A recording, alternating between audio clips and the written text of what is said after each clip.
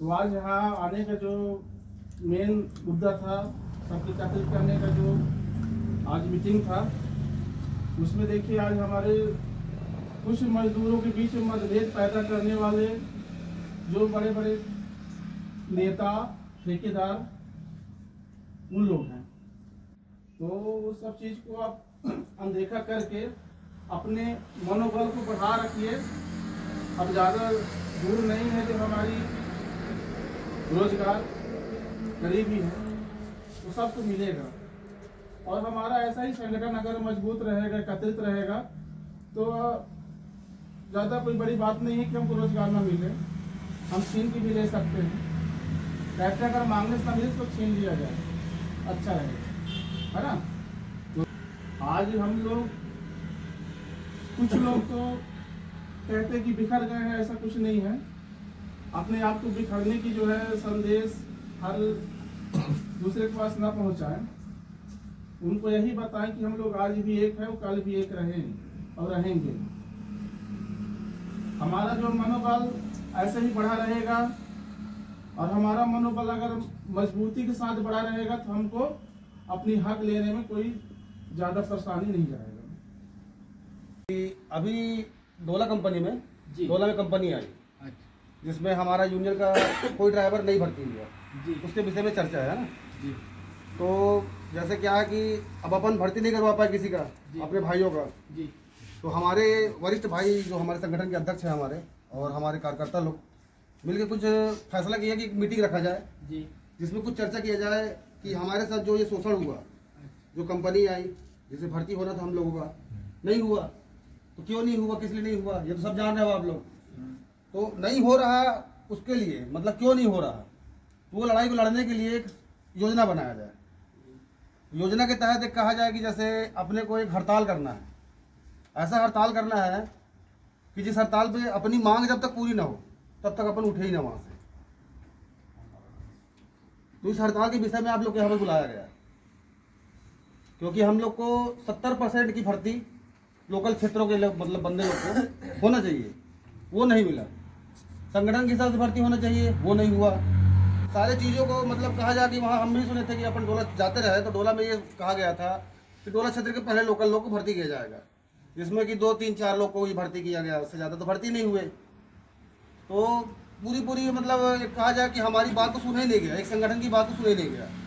तो हम सब भाइयों को सुना मतलब मिलकर एक ऐसा मतलब प्रयास करना है कि जो नहीं हुआ उसको करके दिखाना है।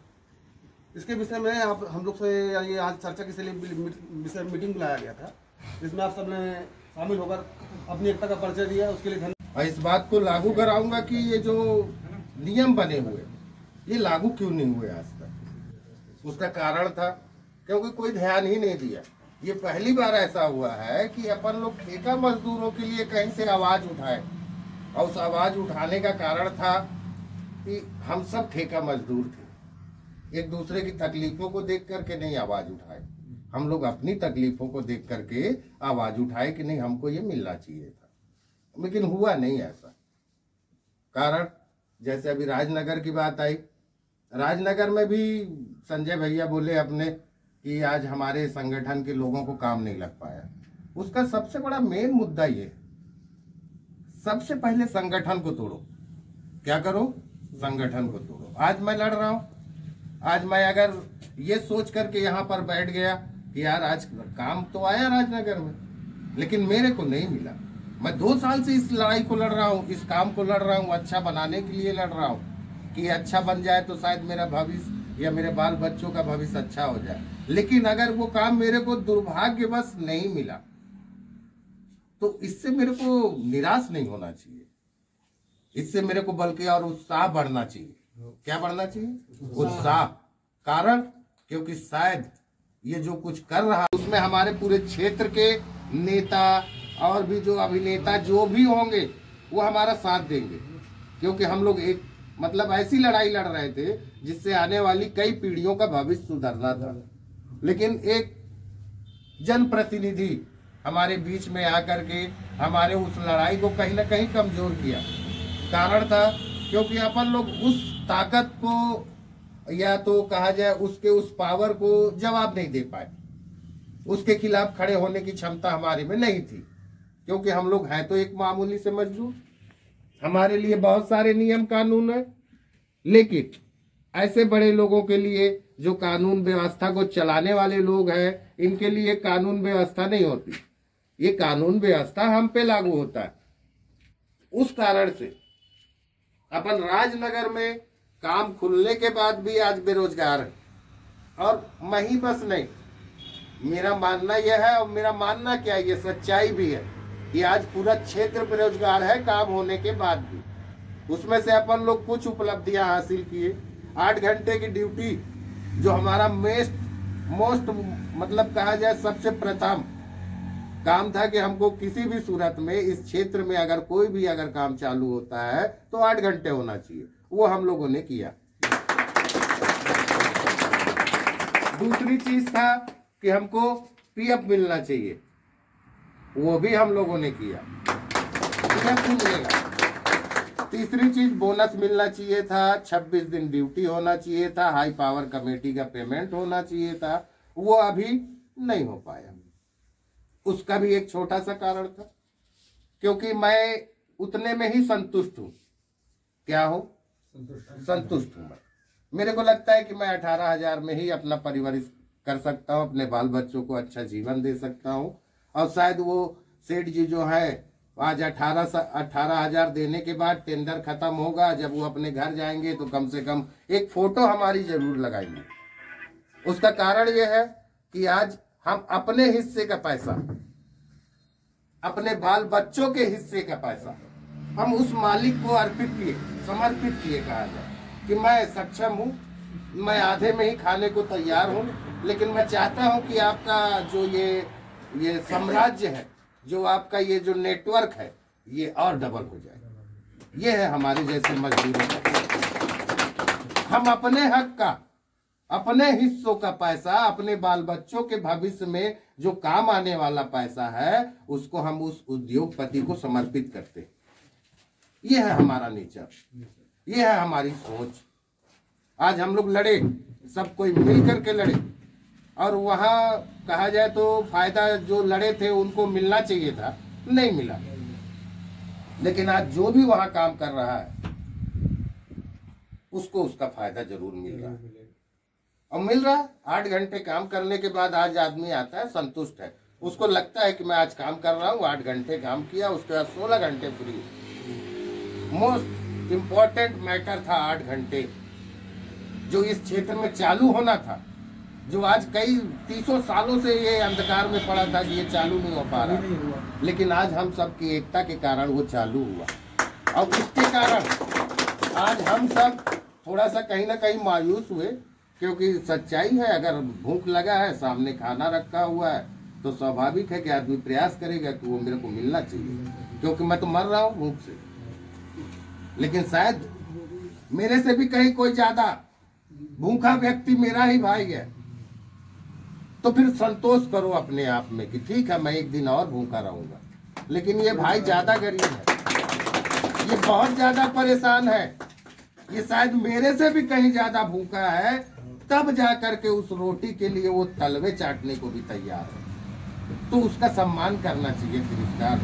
वो आज मजबूर है शायद, इसलिए वो सच्चाई को नहीं देख पा रहा, आज इस परिवर्तन को नहीं देख पा रहा। ये ऐसे लोगों का सपोर्ट कर रहा है जो वास्तव में उनको नर्क में और उनके परिवार को गड्ढे में डालने का काम करते हैं। लेकिन इससे हमको हिम्मत नहीं हारना चाहिए। मैं कभी हिम्मत नहीं हारता। मैं भी एक मामूली सा ड्राइवर, मेरे को लगा कि ये गाड़ी मशीन आ रही है तो शायद जनवरी से मेरा काम चालू होगा, मेरे बाल बच्चे भी आएंगे, कहेंगे कि ये देखो पापा काम करके आ रहा है। भाग्य था मेरा, दुर्भाग्य था, नहीं हो पाया, क्योंकि मैं एक ऐसी लड़ाई लड़ रहा था जो संभव ही नहीं था। अपन उद्योगपति, इस क्षेत्र के नेता, इस क्षेत्र के ठेकेदार और बाहरी ठेकेदार, वो सब एक हो गए। और लड़ने वाला कौन था? एक मजदूर अपने हक के लिए लड़ रहा था। आज भी अपन अपने हक के लिए बात करते हैं, अपने हक की बात करते हैं और लड़ते हैं, लेकिन कहीं ना कहीं वो सब मिल करके हमारे बीच में एक फूट डाले, लोकल और बाहरी का फूट डाले। ये कहा गया कि जो खदान के जस्ट बगल में घर है वो खदान में काम करने का वो पात्रता रखता है, लेकिन 2 किलोमीटर दूर में आप रखते हो तो आपकी पात्रता नहीं है। कारण वो जानते थे हमारे जैसे, अब कहते हैं ना ड्राइवर, और ड्राइवरों को देश में कहा जाता है मूर्ख और बैल, यही बोला जाता है। इनको एक नाम दिया गया है चोर, मूर्ख, बैल, मतलब बहुत सारी जितने टिप्पणियां हैं वो सारी चीजें ड्राइवरों पे लागू होती है। कारण क्योंकि वो लोग खुद स्वयं में ये परिचय बनाते हैं, स्वयं में परिचय बनाते हैं, ना कि कोई और देता है। आज राजनगर का काम आया, हम सब बेरोजगार बैठे हैं, इसका अफसोस मत करिए। ये सोचिए कि आप अपनी लड़ाई में आगे हैं, तब आज आप घर में बैठे हैं। अगर उन्हीं की तरह तलवे चाटते तो आपकी नौकरी तय है, और आज भी तय है। लेकिन आप नहीं चाहते ऐसा, आप ये चाहते हैं कि मैं अगर जिस काम को कर रहा हूं तो उसका पूरा पैसा मेरे को मिलना चाहिए।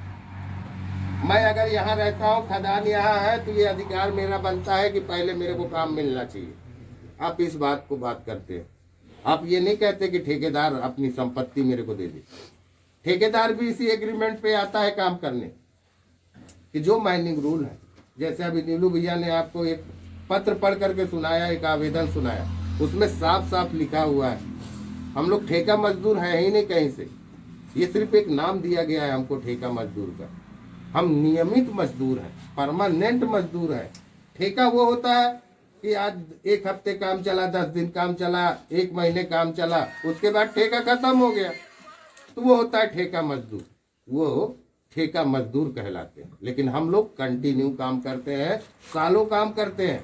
50 साल का प्रोजेक्ट है। अगर कोई भी ठेका आया उसमें हम आप काम करना चालू किए तो ये जब तक खदानें चलेंगी, जब तक हमारा हाथ पैर चलेगा, हम आप काम करेंगे। ये होते हैं परमानेंट मजदूर, लेकिन एक नाम दे दिया गया ठेका मजदूर। दूसरी चीज, इनको देखने के लिए जो कमेटियां बनाई गई, वो कमेटी सिर्फ अपना उल्लू सीधा किया, कभी देखा ही नहीं, कभी सोचा ही नहीं। आज के डेट में हम सब मिलकर के लड़ना स्टार्ट किए कि किसी नेता की जरूरत नहीं है।